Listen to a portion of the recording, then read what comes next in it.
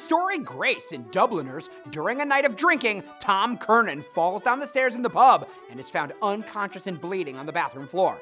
A constable and a young patron clean up Mr. Kernan and give him a bit of brandy to revive him. Another customer, Mr. Power, intervenes and promises to escort him home.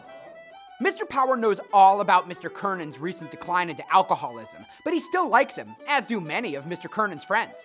Mrs. Kernan thanks Mr. Power for his help now, and in the past with domestic disputes and occasionally money. Mr. Power assures her he will talk to mutual friends and help Mr. Kernan turn over a new leaf.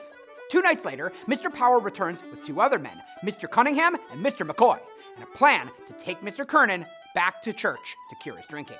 The men confess they're planning a religious retreat to clean themselves up, and Mr. Kernan offers to come with them. They talk about the Jesuits' order's place in the church and reassure Mr. Kernan the priest will deliver a good sermon.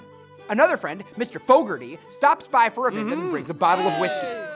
The 5 men share a drink and talk about past popes and church history, but most of their knowledge is partially incorrect or incomplete.